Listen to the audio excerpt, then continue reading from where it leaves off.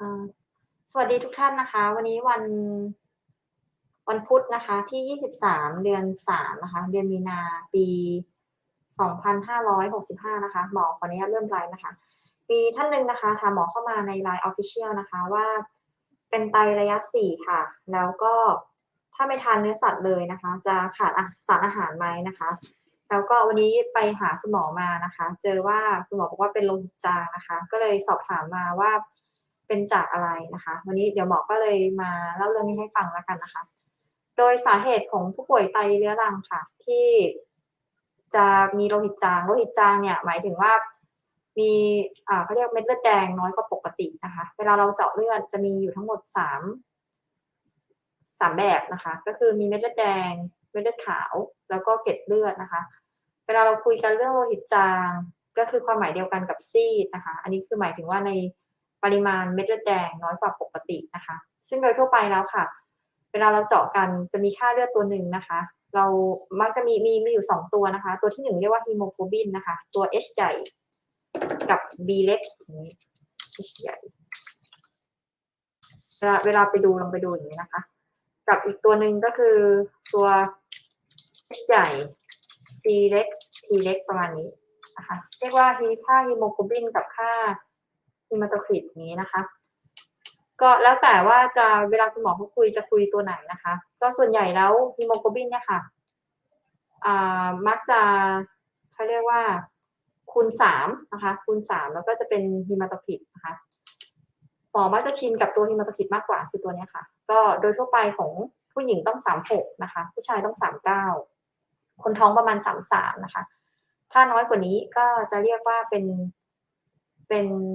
โลหิตจางนะคะทีนี้พอโลหิตจางเนี่ยแต่ว่าถ้าเกิดน้อยเช่นสมมุติว่าหมอบอกว่า36 39นะคะสมมุติ35เป็นไรไหมเนี่ยก็ถ้านิดๆหน่อยๆมักจะไม่ต้องทำอะไรนะคะแต่ว่าของคนไข้ไตเนี่ยความรุนแรง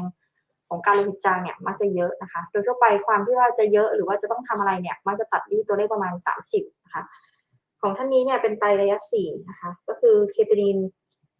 2.7แล้วก็ GFR 20นะคะก็เป็นระยะ4น่าจะเป็นเบาหวานด้วยนะคะน้ำตาลสะสม A1C ได้ 7.6 แล้วก็ค่าฮีมาโตคริต24เองนะคะแล้วก็ถามหมอมาว่าเป็นจากอะไรนะคะโดยก็ถูกต้องเลยนะคะต้องถามว่าเป็นจากสาเหตุอะไรเพราะว่าเวลาเราก่อนที่เราจะไปว่าเราเป็นไรไหมต้องทำอะไรหรือเปล่าแล้วก็การรักษายังไงอันนี้ก็ต้องขึ้นกับสาเหตุนะคะซึ่งสาเหตุจริงเนี่ยของคนไข้ไตก็จริงๆสาเหตุของคนทั่วไปที่จะทำให้โลหิตจางนะคะคนไข้ไตเป็นอย่างนั้นได้หมดเลยนะคะอย่างเช่นมีเลือดออกนะคะก็ทำให้เลือดเขาเรียกว่าเลือดแดงน้อยลงอันนี้ก็โลหิตจางเหมือนกันนะคะมีเม็ดเลือดแดงแตกก็ได้นะคะแต่สาเหตุขาดธาตุเหล็กอะไรอย่างนี้นะคะแล้วก็สาเหตุอันนึงนะคะที่คนไข้ไตเจอแล้วก็เจอบ่อยนะคะแต่มักจะเจอในผู้ป่วยไตระยะ3ขึ้นไปนะคะ3ก็คือ3โดยเฉพาะ 3B อย่างเงี้ยค่ะ 3A ก็อาจจะเจอได้บ้างนะคะ 3A 3B อย่างเงี้ยค่ะจะเริ่มเจอแล้วนะคะ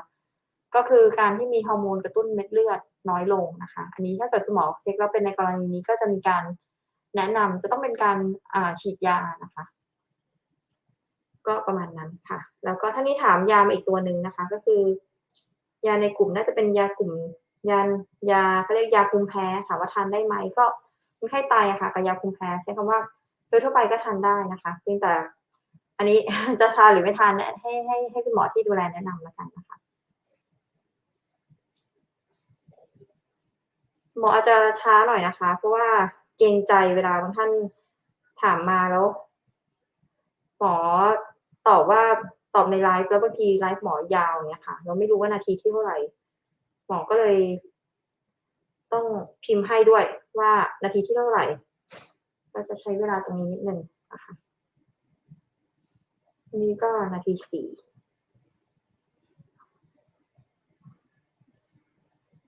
นาทีวันนี้นักกำหนดอาหาร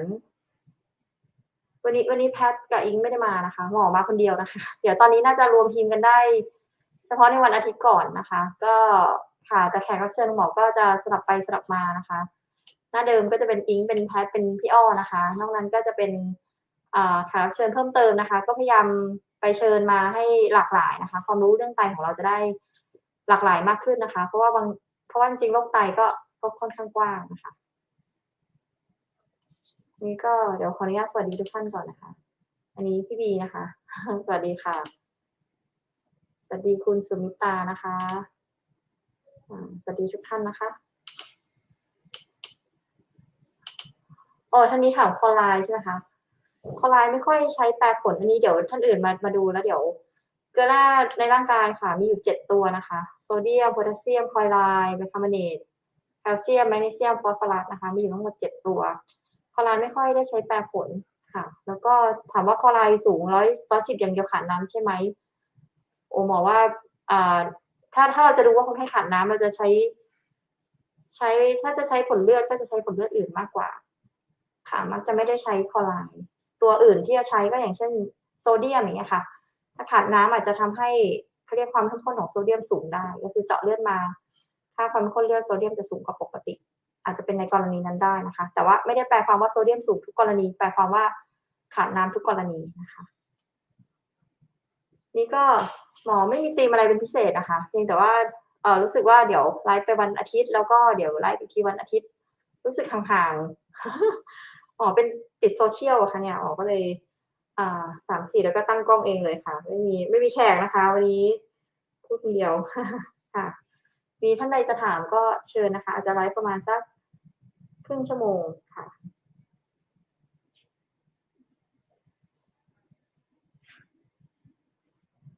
มีท่านหนึ่งนะคะถามว่าทาน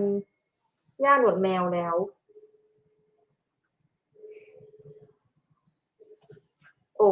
มีเป็นนิ่วแล้วทานหญ้าหนวดแมวหมอว่าคือหมอไม่ค่อยมีความรู้เรื่องสมุนไพรเท่าไหร่จริงๆก็คือแบบบางท่านจะบางทีเขาเรียกคุยเสร็จแล้วจะแบบว่าทำไมหมอถึงอะไรกับสมุนไพรก็จริงๆแบบว่าถ้าเกิดมีอยู่เคสหนึ่งถ้าเกิดท่านใดดูอยู่นะคะจริงๆมีอยู่เคสหนึ่งถ้าเป็นเคสเดียวเลยนะคะที่คุยกับคนไข้คุยกับญาติเสร็จแล้วหมอก็คุยแล้วก็คิดว่าโอเคอ่าอนุญาต อนุญาตโดยแบบว่าขออนุญาตแล้วอนุญาตให้อะไรเงี้ยให้ทานสมุนไพรได้นะคะเป็นเคสผู้ป่วยที่เกือบจะฟอกเลือดนะคะเป็นคุณตาท่านหนึ่งอายุ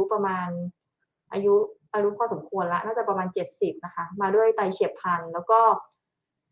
เป็นต่อมลูกหมากนะคะเป็นมะเร็งต่อมลูกหมากแล้วก็ปรากฏว่ามีปัญหาอุดกั้นทางเดินปัสสาวะนะคะพออุดกั้นทางเดินปัสสาวะทำให้ปัสสาวะเดรนเขาเรียกว่าน้ำปัสสาวะออกมาไม่ได้อย่างเงี้ยค่ะก็ทำให้ไตวายเฉียบพลันพอหลังจากคุณหมอมารักษาก็ค่อยๆดีขึ้นนะคะพอจนตอนหลังก็คือเกือบแล้วเกือบว่าอาจจะต้องถึงกับขนาดจะต้องฟอกเลือดปรากฏว่าเคสนี้ก็ไม่ได้รับการฟอกเลือดนะคะแล้วก็อยู่โรงพยาบาลจนกลับบ้านได้นะคะพอกลับบ้านได้ก็มาตรวจด้วยกันที่ผู้ป่วยนอกอีกทีหนึ่งค่าไตก็ดีขึ้นนะคะทีนี้คนไข้ก็เลยกลายเป็นว่ามีไตเฉียบพลันที่กำลังจะดีขึ้นนะคะบวกลบว่าไม่รู้จะเหลือทิ้งร่องรอยกลายเป็นไตเรื้อรังหรือไม่นะคะตอนนั้นก็ใส่เครื่องหมายคำถามไว้แต่ว่าค่าไตยังไม่ได้กลับคืนที่100%นะคะแล้วก็มีมะเร็งต่อมลูกหมากด้วยแล้วก็ลูกมาถามว่าจะขอให้ทานสมุนไพรได้หรือเปล่านะคะซึ่งเอาจริงๆก็คือหมอจำชื่อสมุนไพรไม่ได้ด้วยซ้ำเพราะว่าเป็นสมุนไพรชื่อที่แบบไม่ได้คุ้นเคยเลยนะคะแล้วก็กำลังจะแจ้งด้วยความแบบสูตรเดิมของหมอเนาะข้อไหนที่หมอไม่ชินหมอก็จะบอกตรงว่าหมอไม่ได้โทษตัวสมุนไพรแต่ว่าโทษที่ว่าเราความรู้เราไม่พอนะคะเพราะฉะนั้นหมอก็จะบอกว่าหมอจะไม่ได้แนะนำแต่ปรากฏว่าท่านเนี้ยค่ะปรากฏว่าลูกของคนไข้น่ะเป็นคุณหมอแผนจีนเองนะคะแล้วก็หมอก็คุยกันในรายละเอียดแล้วว่าตัวเนี้ยมั่นใจใช่ไหมว่าไม่ได้มีผลเนี่ยค่ะเขาก็บอกว่าคุณหมอแพทย์แผนจีนนะคะคุณหมอเขาก็บอกว่าเขาดูแล้วไม่ได้มีผลอะไรและอาจจะมีผลในการที่จะช่วยเรื่องของมะเร็งต่อมลูกหมากด้วยนะคะในมุมของศาสตร์ของแพทย์แผนจีนเขานะคะและประกอบกับคนไข้น่ะไม่ยอมไปรับการรักษาตามแผนปัจจุบันนะคะซึ่งเดี๋ยวปัจจุบันนี้น่าจะมีการคุยเพิ่มเติมแล้วนะคะณตอนนั้นน่ะคนไข้ยังกังวลยังอะไรเยอะกลัวว่าเดี๋ยวให้เคโมไปแล้วจะมีปัญหาอะไรอย่างเงี้ยค่ะก็เลยหมอก็เลยคิดว่าในมุมของไตที่ญาติก็ยืนยันเองนะคะว่าไม่ได้มีอะไรแล้วค่าไตคนไข้ก็ค่อยๆดีขึ้นมาด้วยซ้ำ บวกกับตัวนี้อาจจะมีปัญหาเรื่องอาจจะมีประโยชน์เรื่องของตัวต่อมลูกหมากด้วยนะคะแล้วตัวโรคก็แรงเพราะว่าเป็นถึงมะเร็งนะคะแล้วคนไข้ก็สามารถมามีลูกคอยดูแลตลอดสามารถมาโรงพยาบาลได้ตลอดนะคะก็เลยอนุญาตกันว่าโอเคงั้นลองดูด้วยคุณหมอเขาก็รู้หมดเลยโดสเท่านี้กินขนาดเท่านี้ต้องดูแลกันยังไงนะคะปรากฏว่าก็นัดตรวจติดตามด้วยกันกลายเป็นว่าค่าไตก็ไม่ได้แย่ลงนะคะก็ดีขึ้นนะคะแต่หมอก็ยังไม่ได้แปลความว่าตัวสมุนไพรนั่นเองจะช่วยให้ค่าไตดีขึ้นนะคะหมอยังเข้าใจว่าไตเขาดีจากตัวโรคของเขาเองอะค่ะที่มีอุดกั้นทางเดินปัสสาวะแล้วคุณหมอระบบทางเดินปัสสาวะเข้าไปช่วยนะคะก็เลยทำให้ปัสสาวะออกได้ดีขึ้นนะคะแต่ว่าก็อันนี้ค่ะก็คือใช้คำว่าน่าจะเป็นเคสเดียวเลยที่คุยกันเสร็จแล้วหมอก็คิดว่าโอเคน่าจะให้ได้นะคะแต่ว่าก็อันนี้จะเป็นในกรณีที่หมอจะบอกว่าในบางเคสที่บางท่านนะคะอยากทานสมุนไพรจริงๆแล้วก็มาคุยนะคะอย่างเคสนี้ก่อนที่จะอนุญาตก็คุยกันโอ้เป็นหลายนาทีเป็นอย่างน้อย10กว่านาที20นาทีได้ก็คุยกันในรายละเอียดแล้วถึงอนุญาตแล้วก็ต้องมีการนัดติดตามแล้วก็แนะนำวิธีการว่าถ้ามีอาการผิดปกติอะไรต้องมาโรงพยาบาลเพิ่มเติมอะไรอย่างเงี้ยค่ะก็ณปัจจุบันที่ดูด้วยกันอยู่ก็ค่าไตยังดีอยู่นะคะ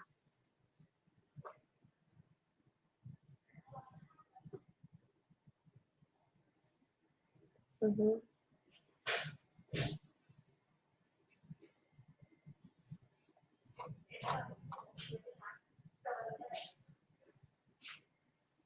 อือฮึไม่มีนะคะ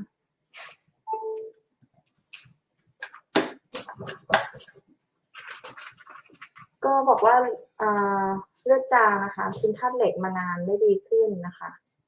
อยู่ที่33.3มียาตัวอื่นกินไหมกับยาที่ฉีดกี่ครั้งถึงจะดีขึ้นถ้าระบบเลือดดีแล้วไตจะดีขึ้นไหมคะอย่างอื่นดีอยู่นอกจากเลือดจางอืม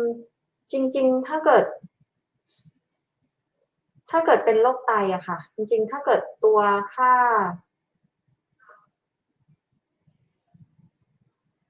มีอีก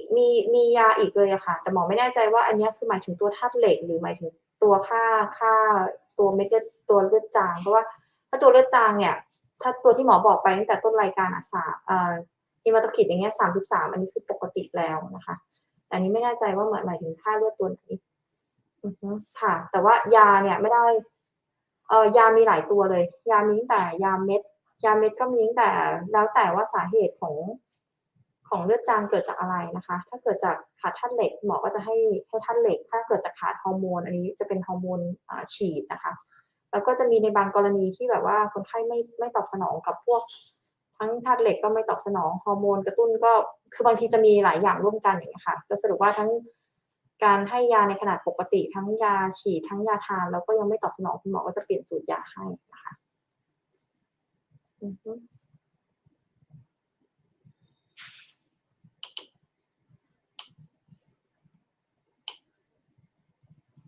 ค่ะก็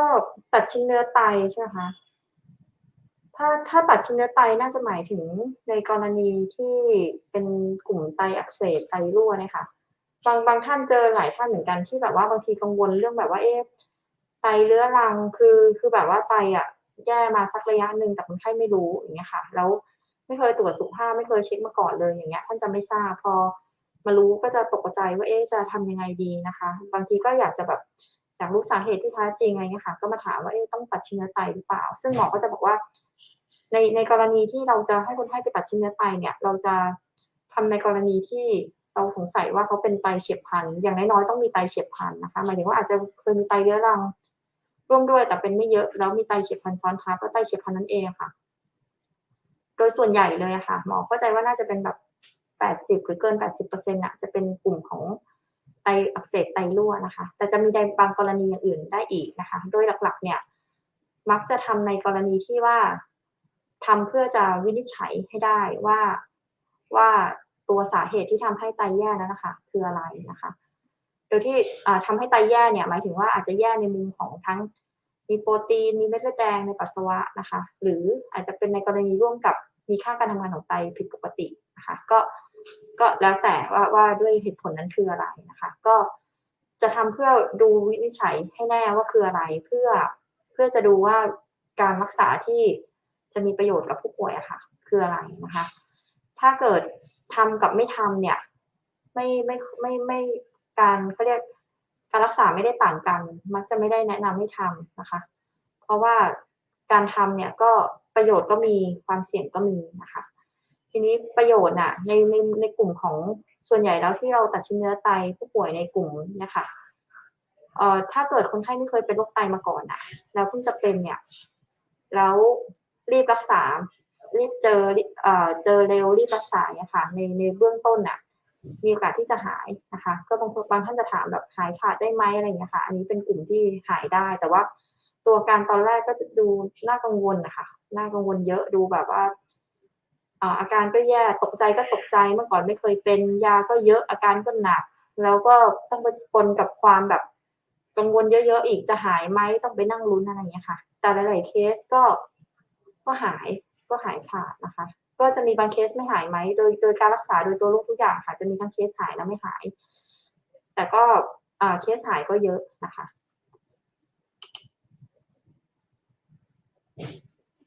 เคสเดียวกันเปล่าคะคนละเคสท่านนี้ถามว่าตื่นเข้าห้องน้ำแล้วกลับมาหาวนานแต่ก่อนให้ทานยาลมตอนนี้ไม่ได้ทานแล้วหาวเนี่ยหมอว่าบอกยากมากเลยว่าเป็นจากอะไรค่ะก็คือเอาจริงก็คือแบบว่านอนไม่พออะไรอย่างงี้ก็หาวแล้วเนาะบางคนก็เข้าใจว่าตัวเองนอนพอแต่ที่จริงนอนไม่พอหมายถึงว่าการนอนไม่ได้คุณภาพอย่างเงี้ยค่ะรู้สึกว่าอ่าระยะเวลาการนอนอะพอสมควรแล้วแต่ว่า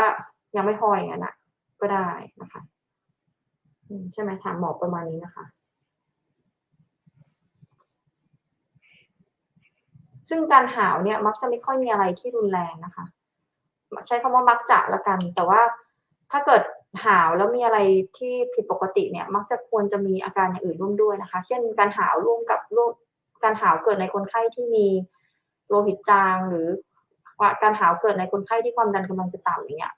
น่าจะมีอย่างอื่นร่วมด้วยนะคะหมอคิดว่าอือฮึ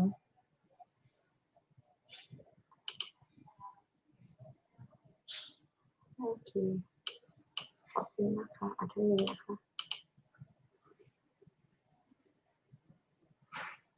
ปวดหัวอ่อนเพลียเกิดจากอะไรใช่ไหมคะล้างไตผ่านช่องท้องอุ๊ยเดี๋ยวนี้ล้างไตผ่านช่องท้องเดี๋ยวท่านใดล้างไตผ่านช่องท้องนะคะเดี๋ยวสักเนี่ยวันอาทิตย์หมอพยายามเชิญพี่พึ่งแล้วก็อาจารย์ดวงกมลมานะคะแต่ยังไม่แน่ใจวันเท่าไรนะคะก็แขกหมอจะเยอะวันอาทิตย์นะคะวันอื่นก็หมอตอบหมอเองก่อนนะคะจริงไม่ได้ไลฟ์เองคนเดียวมาพักหนึ่งก็ปวดหัวอ่อนเพลียเกิดจากอะไรล้างไตทางช่องท้องใช่ไหมคะ กำลังนึกว่ามีอะไรไหมจริงเป็นได้หลายอย่างนะคะแต่ปวดหัวกับอ่อนเพลียอาจจะเป็นเรื่องเดียวกันหรืออาจจะเป็นคนละเรื่องก็ได้นะคะเป็นได้ตั้งแต่อะไรเป็นได้ตั้งแต่เป็นไข้อย่างเงี้ยค่ะเป็นไข้จากอะไรได้หมดเลยก็ปวดหัวใช่ไหมคะความดันขึ้นความดันลงอย่างเงี้ยก็ปวดหัวมีอะไรได้อีกสมมุติเฉยๆนะคะถ้าเกิดคิดในเรื่องโรคร้ายแรงไปเลยอย่างเงี้ยแต่ว่าก็เป็นปัจจัยเสี่ยงอันหนึ่งแล้วกันเนาะเพราะว่าคนไข้ไตเนี่ย ภาวะแทรกซ้อน2อันเลยที่เจอได้เรื่อยๆก็คือเส้นเลือดสมองกับเส้นเลือดสมองกับหัวใจนะคะถ้าเกิดคิดในมุมคนคิดเยอะอย่างเงี้ยก็ต้องไปดูว่าเอ๊ะปวดหัวแล้วมีอาการอื่นร่วมด้วยหรือเปล่านะคะมีแขนขาอ่อนแรงไหมนะคะโทษนะคะมีแบบว่าปากเบี้ยวพูดไม่ชัดไหมชาหรือเปล่านะคะประมาณนั้นถ้าไม่มีถ้ามีอย่างเงี้ยก็จะเป็นอีกเรื่องหนึ่งก็จะต้องไปดูว่าอุ๊ยมีปวดหัวแล้วมีอะไรในสมองหรือเปล่าเนี่ยค่ะ อันนี้แยกเป็นใน1ประเด็นของการปวดหัวนะคะถ้าอ่อนเพลียอ่อนเพลียเนี่ยก็จะต้องดูอีกว่าเป็นอ่อนเพลียหรือเป็นเหนื่อยนะคะถ้าในมุมอ่อนเพลียเนี่ยความที่หมอฟังแค่1ประโยคอย่างเงี้ยหมอก็จะคิดถึงในมุมเกลือแร่ผิดปกติมากกว่านะคะซึ่งอันหนึ่งที่เจอบ่อยๆมากๆเลยในผู้ป่วยล้างไตช่องท้องก็คือเกลือแร่โพแทสเซียมต่ำนะคะ ต้องไปเช็กก่อนนะคะหมอใช้คำว่าคือหมอไม่รู้เปอร์เซ็นต์แน่นอนอันนี้ใช้ความรู้สึกส่วนตัวเลยน่าจะประมาณแบบ80%ได้นะคะก็คือคนไข้ล้างไตในช่องท้องเนี่ยค่ะเกลือแร่โพแทสเซียมมักจะต่ำพอต่ำเนี่ยเราจะรู้สึกเหมือนคนไม่มีแรงพอไม่มีแรงเนี่ยมันจะไม่มีแรงของคนไข้ที่เป็นโพแทสเซียมต่ำจะเป็นคนละแบบกับไม่มีแรงของคนไข้เส้นเลือดสมองนะคะถ้าเป็นเส้นเลือดสมองเนี่ยเวลาไม่มีแรงจะไม่มีแรงซีกหนึ่งนะคะสมองข้างหนึ่งจะคุมอีกข้างหนึ่ง เพราะฉะนั้นไม่มีแรงของเส้นเลือดสมองหรือมีก้อนอะไรในสมองอะไรก็ตามที่ผิดปกติในสมองเนี่ยค่ะจะเป็นคนละข้างจะเป็นซีกหนึ่งไม่ซ้ายก็ขวานะคะทั้งการอ่อนแรงทั้งการชาจะเหมือนกันก็คือทั้งซ้ายทั้งขวาแต่ว่าถ้าเกิดเป็นอ่อนเพลียในมุมเกลือแร่ผิดปกติโดยเฉพาะเกลือแร่โพแทสเซียมเนี่ยจะเป็นเท่ากันจะเป็นสองข้างนะคะแล้วก็เป็นแขนก็ได้เป็นขาก็ได้เป็นแขนกับขาก็ได้แล้วมักจะเป็นทั้งแขนทั้งขานะคะโดยระยางที่เกี่ยวข้องก็มักจะเป็นระยางที่ติดกับตัวนะคะอย่างเช่นจะยกมือหวีผมเนี่ยค่ะยกไม่ค่อยได้นะคะแต่ยังเขียนหนังสือได้นะคะจะขึ้นบันไดขึ้นไม่ค่อยได้แต่คีบรองเท้าแตะได้นะคะประมาณนั้นนะคะถ้าเกิดมีประมาณอย่างนี้ค่ะก็ต้องไ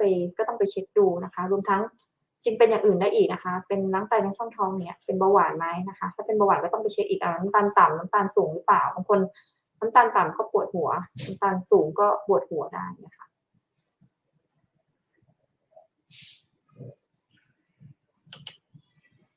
ท่านนี้ถามว่ามีวันจะหายไหมนี่คือถามในคอมเมนต์ไหนเนาะไม่แน่ใจค่ะ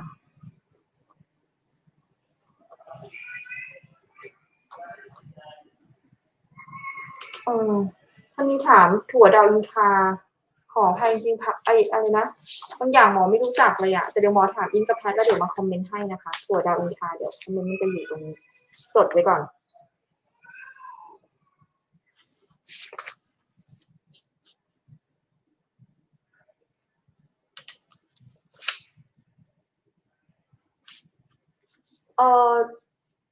ถ้าเป็นโลหิตจางแล้วจะทานอย่างนี้ค่ะอย่างผักคือจะโดยทั่วไปอะโลหิตจางขาดธาตุเหล็กเริ่มโลหิตจางในผู้ป่วยไตอย่างเงี้ยมักจะเป็นโลหิตจางในผู้ป่วยไตระยะท้ายหน่อยนะคะ3B 4-5อะไรเงี้ยค่ะทีนี้พอโลหิตจางเนี่ยก็จะพ่วงมากับพอไตระยะท้ายปุ๊บก็มีแนวโน้มเกลือแร่โพแทสเซียมจะสูงนะคะพอเกลือแร่โพแทสเซียมจะสูงเนี่ยการที่มาทานผักใบเขียวเนี่ยแหละค่ะ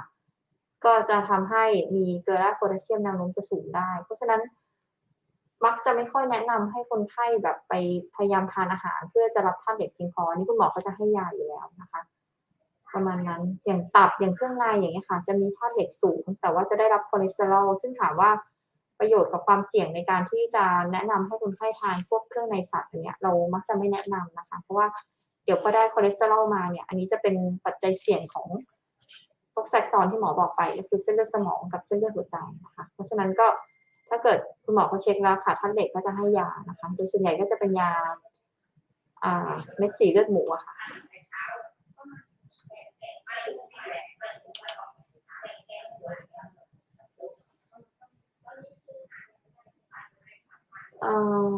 เป็น IgA เหรอคะอ๋อทุกวันนี้ยังมีปัสสาวะเป็นฟองอยู่อันตรายไหมต้องดูค่าเลือดที่รั่วในหรือว่าต้องดูค่าเลือดที่รั่ว IgA ดูหลายอย่างค่ะ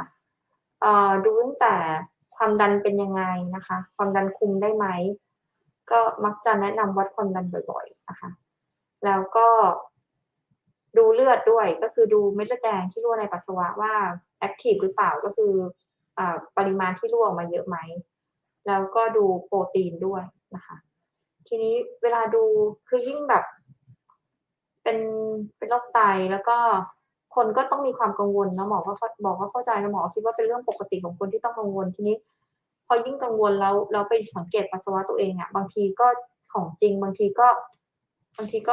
ไม่ใช่ของจริงแล้วกลายเป็นเครียดอย่างเงี้ยค่ะหมอก็คิดว่าก็ก็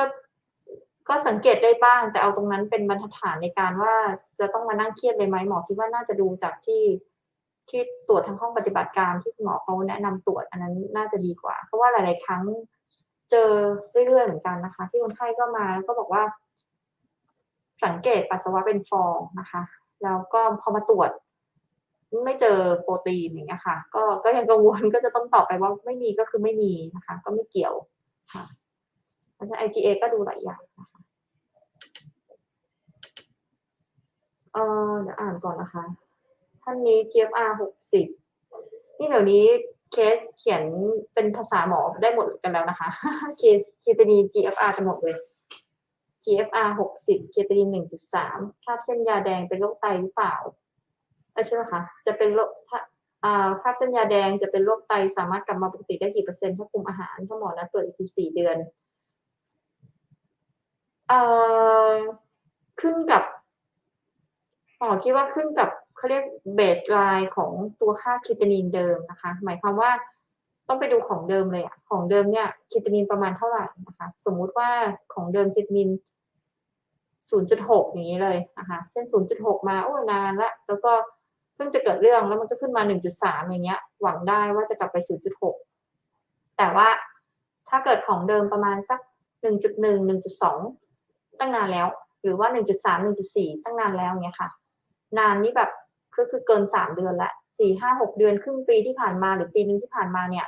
แตะอยู่ประมาณ1.2 1.3 1.4อะไรเงี้ยค่ะตรวจซ้ำอีกทีนึงเนี่ยก็มักจะได้ประมาณเท่าเดิมทีนี้พอได้ประมาณเท่าเดิมเนี่ย GFR จะคิดจากค่าเคตานีนเพราะฉะนั้นถ้าจาก1.3รอบหน้ากลายเป็น1.2นะคะ GFR จะเกิน60นะคะและถ้าไม่มีโปรตีนในปัสสาวะไม่อัลตราซาวด์ปกติคุณหมอก็จะแปลว่าไม่เป็นโรคไตท่านนี้ก็จะดีใจนะคะคุณครูก็จะดีใจว่าแบบหายแล้วนะคะแล้วพออีกกี่เดือนต่อมานะคะกลายเป็นว่าค่าไตเท่าเดิมแหละแต่คีโตนินนั้นกลายเป็นขึ้นจาก1.3เป็น1.4ซึ่งคือค่าเดิม GFR ก็จะน้อยกว่า60ทันทีก็จะตกใจว่าเป็นโรคไตอีกแล้วนะคะเวลาดูหมออยากให้ดูเป็นดูเทียบกันระหว่างทั้งคีโตนินและ GFR แล้วให้ดูเป็นระยะเวลานานๆทีนี้ถ้าเกิดเรามีปัญหาที่เจอบ่อยก็คือว่าเรามีดูกันแค่ช็อตเดียวเล็กๆสั้นๆนะคะเพราะฉะนั้นเราจะบอกยากว่าเหมือนให้เลขเรามา2เลขเนี่ยค่ะแล้วให้เราเดาว่าอนาคตจะเป็นยังไงซึ่งโอ้ยากมากเลยสิ่งที่หมอคิดว่าสำคัญมากๆก็คือต้องมาดูว่าคนไข้ในเคสนั้นนะคะมีปัจจัยเสี่ยงอะไรไหมเหมือนคล้ายๆกับต้องมาดูประวัติสัมภาษณ์แล้วก็มาดูว่าในเคสเนี้ยมีอะไรที่ต้องแนะนำไหมมีอะไรที่จะเป็นปัจจัยเสี่ยงอะไรที่จะทำให้เราไตแย่ไหมถ้าเกิดดูจนหมดแล้วไม่มีอะไรก็คือไม่มีก็คือแค่เป็นค่ากรดเลือดขึ้นลงอันนี้ก็แค่ให้ความมั่นใจไปว่าแค่รอแล้วเดี๋ยวค่าก็จะเป็นแบบเนี้ยทีนี้ถ้าเกิดโดยระยะเวลายาวไปเนี่ยค่ะมีค่าผลเลือดให้เทียบนานๆอันนี้คนไข้จะเริ่มคลายความกังวลแล้วเพราะว่าเดี๋ยวก็จะรู้ว่าไม่มีอะไรแค่คือตัวเลขขึ้นแล้วลงแล้วลงแล้วขึ้นแต่อย่าหลุดไปจากแนวทางที่เราให้ทำนะคะหมายความว่าจะมีบางเคสที่แบบว่าตื่นเต้นช่วงแรกนะคะแล้วก็หมอบอกให้ทำอะไรทำตามหมดเลยนะคะแล้วก็นิ่งไม่ค่อยมีอะไรปรากฏก็ยังไม่สบายใจไม่เขาเรียกยังไงไม่รู้ แต่สรุปว่าก็ไปทำนอกเหนือในหลายๆอย่างนะคะเช่นบางท่านก็ปรับยาเองนะคะไม่ว่าจะลดยาเพิ่มยาอะไรเงี้ยค่ะหรือบางท่านก็ไม่ได้มาตรวจติดตามแล้วก็มีเขาเรียกว่ามีกิจกรรมอื่นที่นอกเหนือจากที่แนะนำไปอะไรเงี้ยค่ะหรือไปทานยาที่ไม่ควรทานโดยไม่ว่าจะไม่ทราบหรืออะไรก็แล้วแต่เนี่ยค่ะก็จะเกิดเรื่องนะคะถ้าอยู่ในแนวทางที่เราดูไปแล้วไม่มีอะไรเนี่ยโอ้เกือบหมอเข้าใจว่าตัวโรคไตที่จะแอคทีฟจริงๆเยอะๆเนี่ยในกรณีคนไข้ไตเรื้อรังเนี่ยมีไม่บ่อยนะคะหมอก็จะตอบในเคสนี้สรุปให้อีกทีหนึ่งว่าอาจจะดีได้นะคะถ้าเกิดของเดิมดีนะคะแล้วก็ที่คุณหมอเขาไม่จ่ายยาโรคไตให้ก็เพราะว่าท่านไม่ได้เป็นอะไรเยอะและหมอก็คิดว่าตัวผลเลือดตัวเกลือแร่แล้วก็ตัวทั้งความดันและอะไรอย่างเงี้ยค่ะน่าจะอยู่ในเกณฑ์ที่เหมาะสมอยู่แล้วก็เลยเป็นเหตุผลที่ท่านยังไม่จำเป็นจะต้องทานยาแต่ว่าก็ควรจะมีความรู้ในการดูแลไตตัวเองนะคะโอเคสวัสดีคุณหนูเล็กนะคะคุณธมนต์วรรณนะคะท่านนี้นะคะคุณ VJ เป็น IgA นะคะยังมีปัสสาวะเป็นฟองอยู่เคยรักษาแล้ว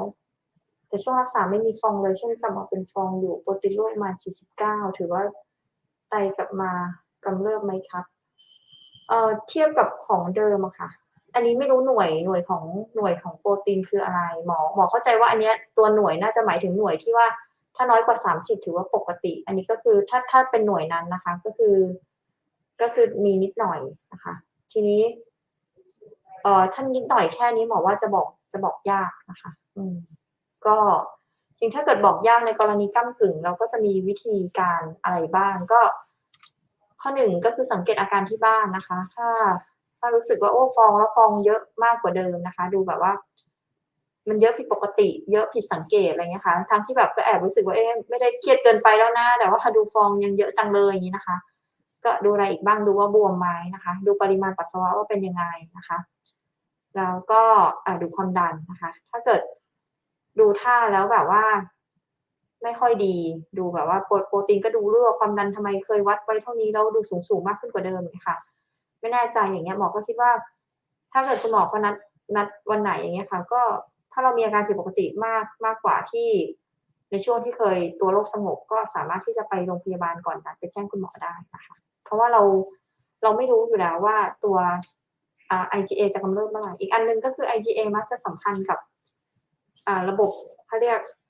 การติดเชื้อที่ระบบคอค่ะเช่นแบบเป็นคออักเสบเป็นอะไรเงี้ยค่ะมันจะมีเขาเรียกว่าอะไรนะเนื้อเยื่อที่ใกล้เคียงกันพอมาติดเชื้อที่คอก็จะไปเกิดเรื่องที่ไตของเราด้วยนะคะนี่นะคะคุณครูสวัสดีนะคะมะละกอตอบได้ไหมคือคนไข้ไตอะค่ะทานได้หลายอย่างนะคะมะละกอก็ไม่ได้เป็นอะไรจะห้ามเป็นขั้น4ใช่ไหมคะก็ดูเขาเรียกอ่าเป็นขั้น4ส่วนใหญ่จะให้ดูตัวผลเลือดโพแทสเซียมก่อนละกันนะคะว่ามีปัญหาอะไรหรือเปล่าค่ะ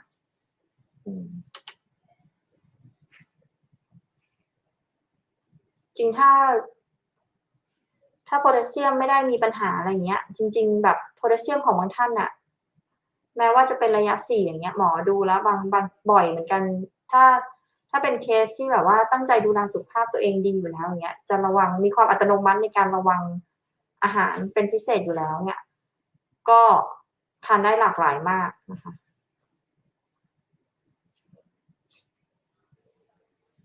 ท่านนี้เดี๋ยวนะหมอจะตอบได้ไหมเนี่ยอ่านก่อนผ่าตัดมดลูกออกหมดมีอาการไวทองกินฮอร์โมนมีอันตรายต่อไตไหมเป็นไตระยะ2มีปัสสาวะเป็นฟองอืม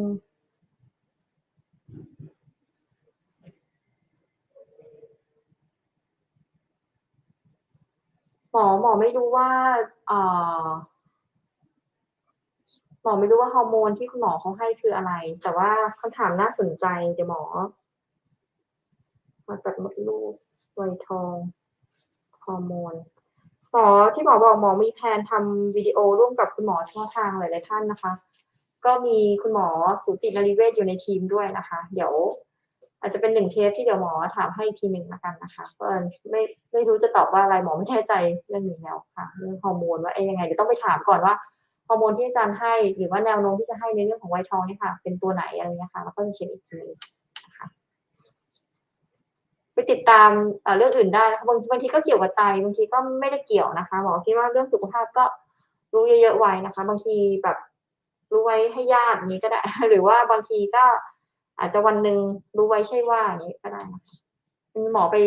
อัดเทปร่วมกับคุณหมอหลายๆท่านหมอก็ได้ความรู้กลับมาเยอะอยู่นะคะบางอย่างก็อ้าว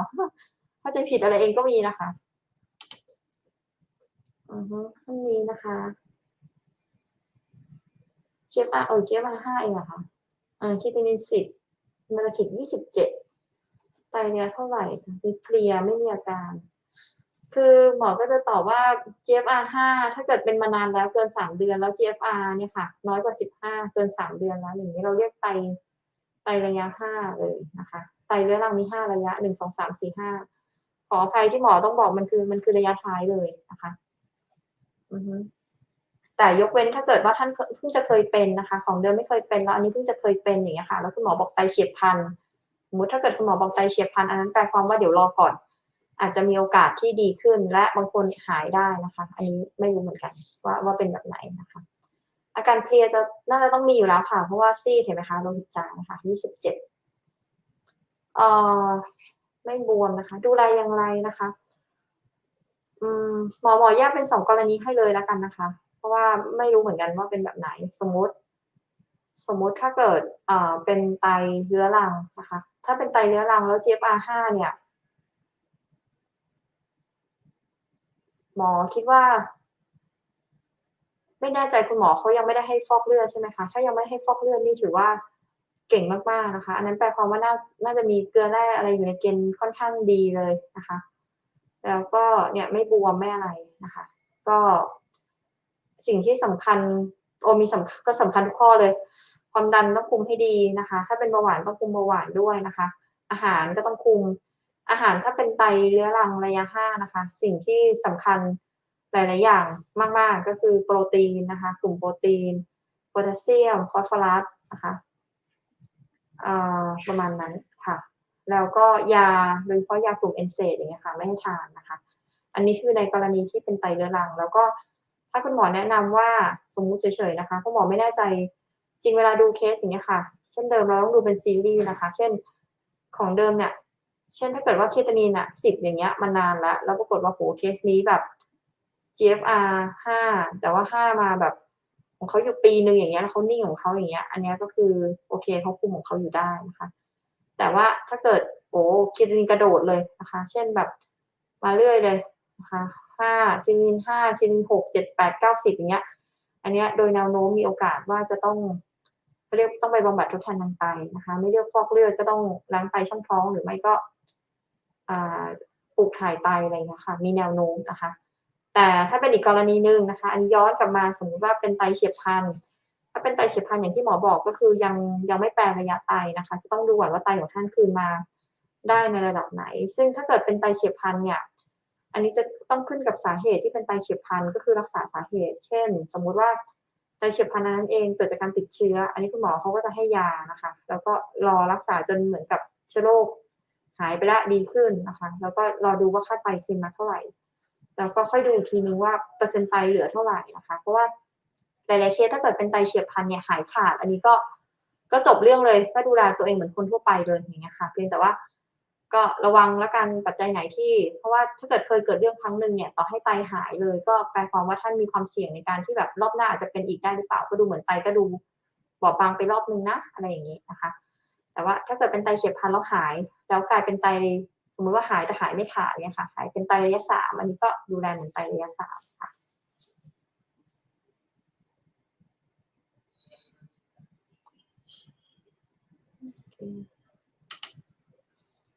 ท่านนี้ที่เป็น IgA นะคะคุมความดันได้ดีตลอดทานยาตลอดเยี่ยมเลย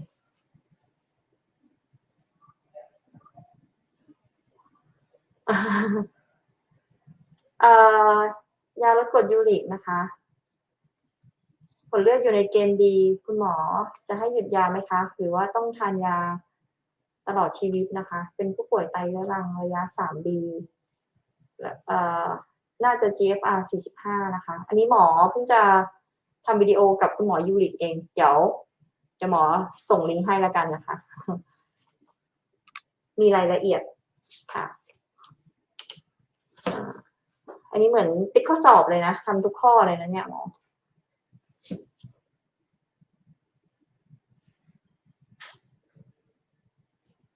อันนี้ท่านนี้ที่เป็น IgA ใช่ไหมคือแบบที่นี้มัน1.5ไงแล้ว3เดือนเป็น1.7หมอว่าจะบอกยากเหมือนกันจะบอกยากคือไม่รู้ว่า1.7อะเพิ่งจะไปตรวจไหมถ้าเกิดมาตรวจสักเป็นเดือนแล้วแบบโปรตีนมันยังดูเยอะอยู่อย่างเงี้ยน่าจะไปตรวจซ้ำคือบอกยากคือถ้าเกิด1.59มันคือ1.6เนาะแล้วก็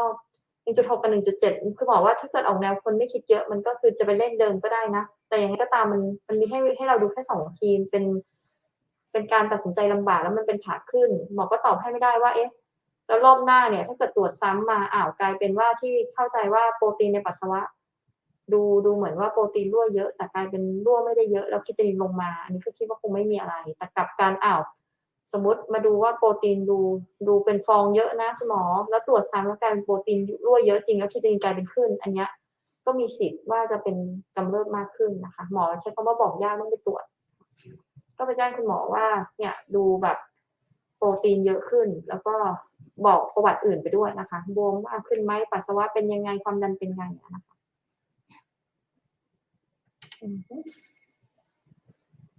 สวัสดีนะคะทุกท่านเอ่อท่านนี้นะคะโอ้ย GFR 90เอาทานอะไรไม่ได้บ้างอะคะคุมเหมือนคุณหมออยากจะบอกว่าน่าจะคุมเหมือนคนทั่วไปเลยเพียงแต่ว่าไม่เห็น เป็นไตระยะที่แล้วจะเป็นจากอะไรไม่รู้เนาะ99เพราะว่าถ้าเกิด GFR 99จะบอกว่าเป็นโรคไตก็น่าจะแปลความว่าอย่างน้อยไม่รู้แหละมีโปรตีนในปัสสาวะหรือมีเม็ดเลือดแดงหรืออัลตราซาวด์ผิดปกติ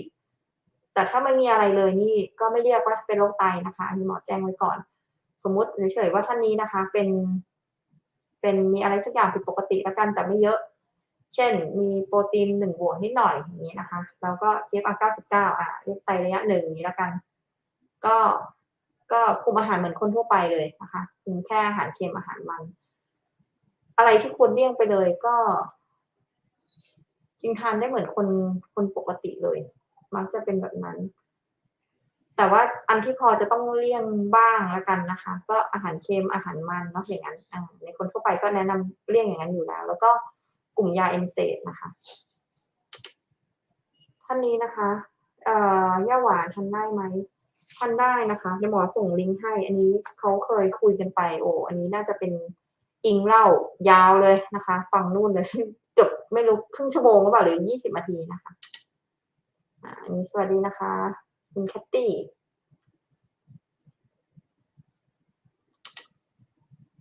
ท่านนี้นะคะบอกว่าเคยเป็นโรคไตหายไปนานแล้ว2 เดือนเนี่ยค่ะไม่รู้คือหมอเข้าใจว่าเนี่ยพิมพ์มาอย่างนี้น่าจะกังวลอะต้องไปตรวจมีมีแบบคือสมมุติว่าหมอจะบอกว่าส่วนใหญ่เขาเป็นอย่างนี้ส่วนน้อยเขาเป็นอย่างนั้นสุดท้ายก็คือการแค่คิดว่าถูกไหมคะมันเขาเรียกว่ายืนยันให้ใครไม่ได้แล้วก็ไม่ใช่ของจะมาเดากันกลายเป็นว่าถ้าตรวจแล้วไม่ใช่กลายเป็นโล่งนะคะก็ยกภูเขา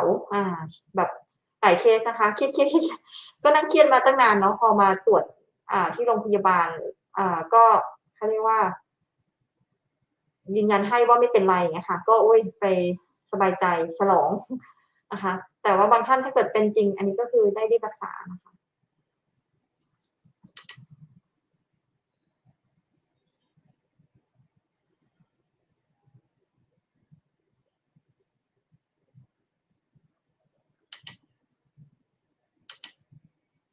อือฮึคุณครูนี่เมื่อกี้หมอคุยไปทีหนึ่งอะไรนะอ๋อเป็นไตเรื้อรังอืมเนี่ยค่ะกำลังจะเข้ารับการฟอกไตใช่เพราะว่า GFR 5เนี่ยอันนี้คือระยะทางแล้วค่ะ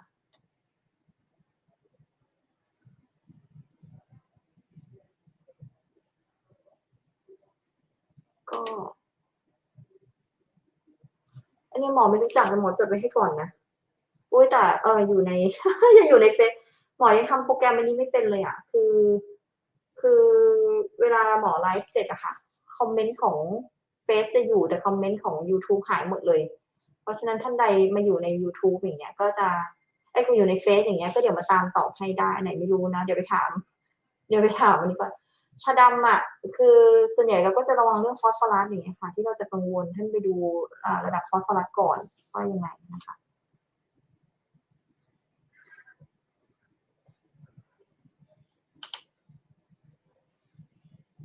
อ๋อท่านนี้หมออยู่อุดร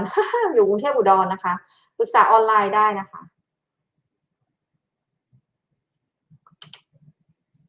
คุณแม่เหรอคะยูริก9เหรอคะ9เป็นไตหรือเปล่าอะคุณแม่นี่เป็นไตเปล่าถ้าเป็นไตเนี่ยก็ส่วนใหญ่ก็มักจะให้ทานนะคะเดี๋ยวไปดูในซีรีส์ของคุณหมออันนี้นะคุณหมอ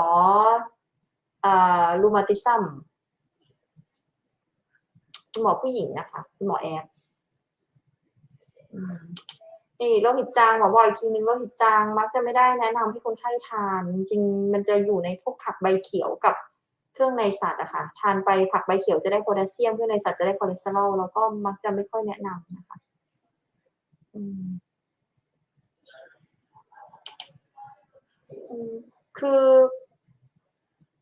ก็จะลองปรึกษาดูก็ได้แต่หมอก็ตอบว่าในหลายๆเคสนะคะของไตระยะสุดท้ายหรือแม้กระทั่งไตทุกระยะอย่างเงี้ยค่ะถ้าไตระยะต้นๆอาจจะคุมง่ายกว่าแต่ว่าไตระยะท้ายที่ดูว่าท้ายแล้วเงี้ยค่ะแล้วแบบว่าคุมอาหารถูกวิธีคุมความดันคุมอะไรได้เงี้ยค่ะก็หลายเคสนะคะที่ไม่ต้องฟอกก็หลายเคสเพียงแต่ว่าก็มีเคสที่แบบว่าต้องฟอกไหมก็มีหมอก็ตอบไปตามเขาเรียกตามข้อมูลที่หมอควรจะแนะนำคนไข้นะคะ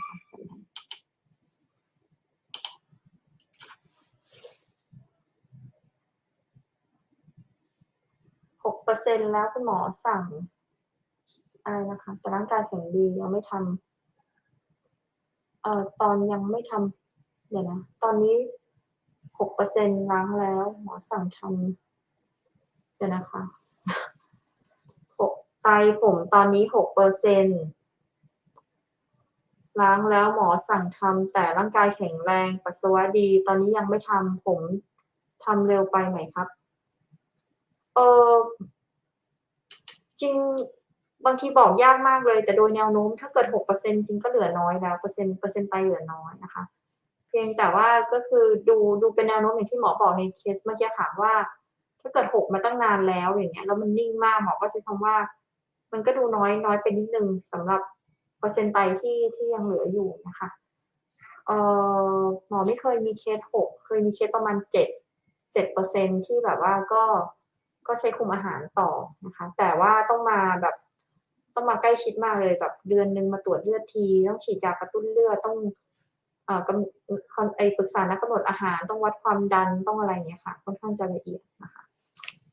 ประมาณนั้นก็โอเควันนี้ตอนแรกหมอว่าจะไลฟ์ประมาณ30 นาทีไม่มีอะไรเลยวันนี้หมอแบบเปิดไลฟ์ Official อ่านแล้วหมอก็รู้สึกอ่าไม่ได้ไลฟ์นานละนานหรือเปล่าวันอาทิตย์แล้วนี่วันพุธนานหรือเปล่าหมอก็เลยมาตอบซะหน่อยนะคะขอบคุณทุกท่านที่ฟังนะคะไม่แน่ใจว่าพรุ่งนี้หมอจะไลฟ์หรือเปล่านะคะแต่ว่าวันที่พยายามจะต้องฟิกเอาไว้ให้ก็คือวันอาทิตย์นะคะประมาณบ่าย 2ค่ะวันนี้ขอบคุณทุกท่านที่ติดตามนะคะลาไปก่อนนะคะสวัสดีค่ะ